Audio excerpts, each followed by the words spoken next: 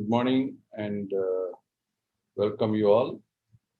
I thank our Society for Engineered Structure Society of India for giving me this opportunity, and also CIDC for conducting this conference and giving us this opportunity. Today I'll be sharing my topic of precast construction industry policy reforms and contracts. So we all know precast concrete industry is growing at a very impressive pace, and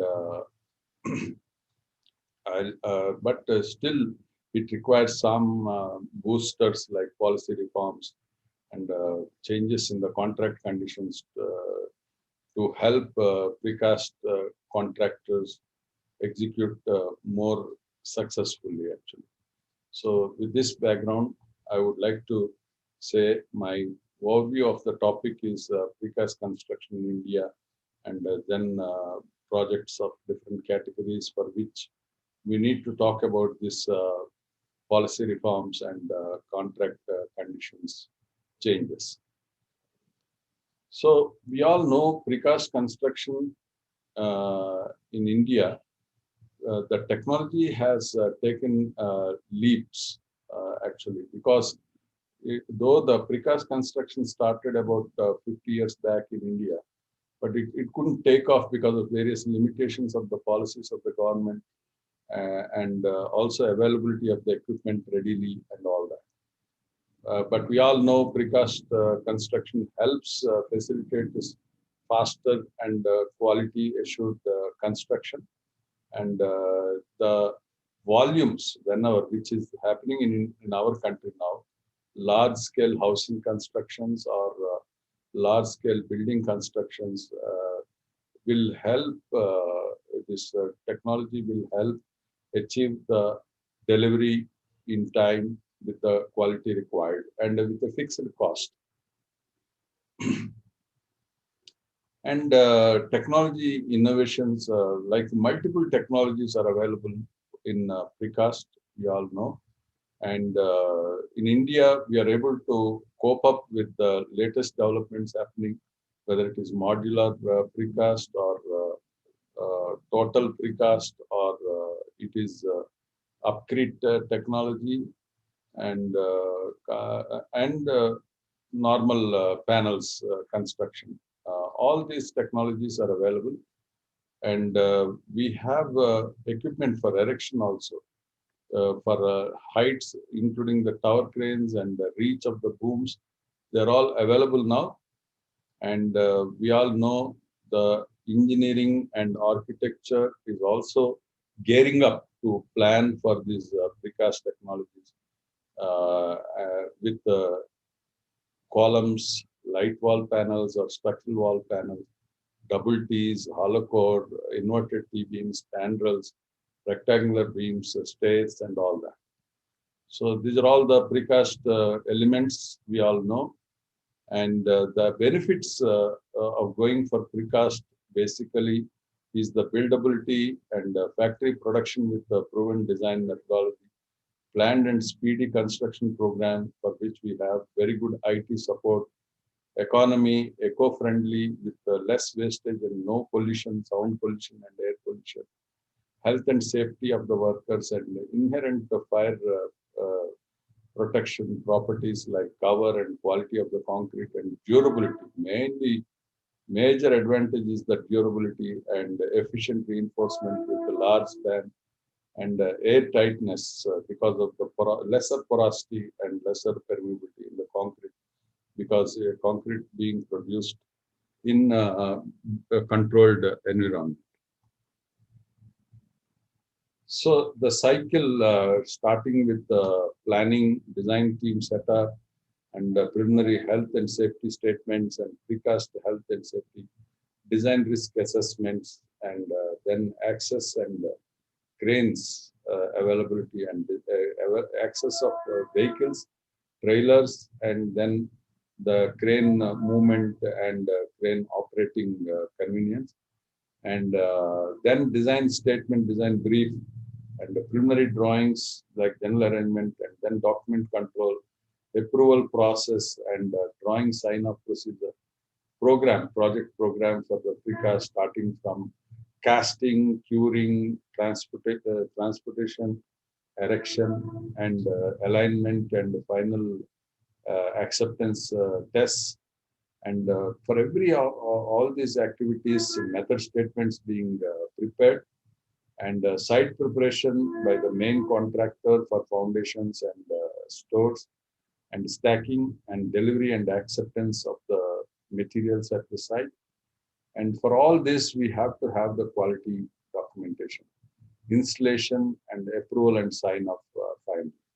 So these are all the typical process, and we all know about this dry method, dry joints and wet joints, and then parking garages and advantages. We all know high quality control, speedy construction, reduction in formwork and scaffolding, and any shape and any finish can be achieved with this, and durability is the major and aesthetic appearance. So these are all some of the drawings, which shop drawings, which we have to make with all the details of the stripping, stacking, transportation, and erection, slinging, all this what I'm showing here. And so this is the brief background about precast and where it stands in our country today. So now what are the policy reforms we require to further boost this precast technology in construction? This is basically the discipline from within the industry, like quality delivery and keeping up the timelines is very important. Otherwise, any one or two contractors failing also, it is affecting the acceptance by the clients and corporates. So we all industry people have to be abiding by this discipline about the standards and procedures. Next is the monitoring and regulation is required definitely, like our society, PSI, Pre-Engineered Structure Society, can offer to do this monitoring and regulation and design methodologies, uniform design standards, manual, which can lead to formulation of the codal provisions for future. And buildability score, I feel that the Urban Development Ministry, we have to work with to introduce the buildability score so that the precasters will get the advantage in getting the permissions because of its buildability with least inconvenience to the neighbors. That's very important. So this is already prevalent in other countries like Singapore, BCA and all. So we have to also bring in this concept. And next is the insurance policy. The insurer is not talking about different premium for precast construction where it is less risk involved in during the construction because of more engineering, and conventional construction where it is riskier, and we are seeing so many accidents happening, reported itself or so many, there will be so many unreported accidents. And so we must pursue with the insurance companies and the government to get the insurance policy. That means to penalize the people who have more risk. So there should be proper risk assessment for the insurance policy. Next is the GST, taxation. There should be incentive for the completely organized industry like precast, because there is no material or work that can go unaccounted. So it requires definite incentive or subsidy to encourage this nascent and upcoming industry, which will bring in more organized taxation actually. So GST, we should request the government to give incentive in the GST. And the next important thing is Bureau of Indian Standards to come up with more rational partial safety factors. Like we have this dead load 1.5, live load 1.5, other wind and earthquake 1.5. If we can introduce the modeling of the uncertainty using fuzzy logic, we can arrive at a more realistic and logical factor for precast, because in precast we have lesser tolerances and more fixed dead loads, like self-weight of the structure is very much fixed because of the lesser tolerance.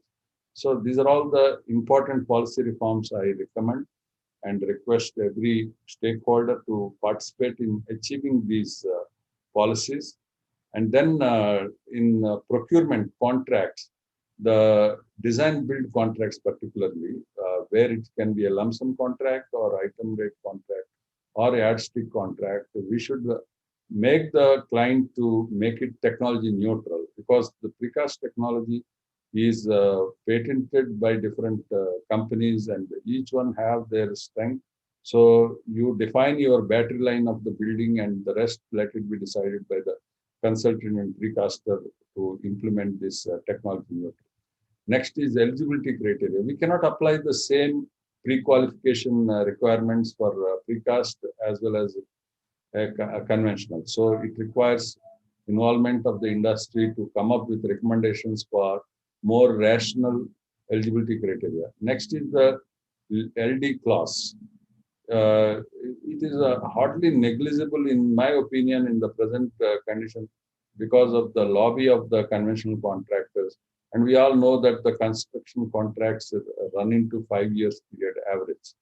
I have some contracts going at 10 years also, because it's very difficult to control this timeline. So unless we have stringent LD and termination clause and risk and cost clauses implemented, it is very difficult to really attract this technology implementation. Next is the incentive for timely or early completion.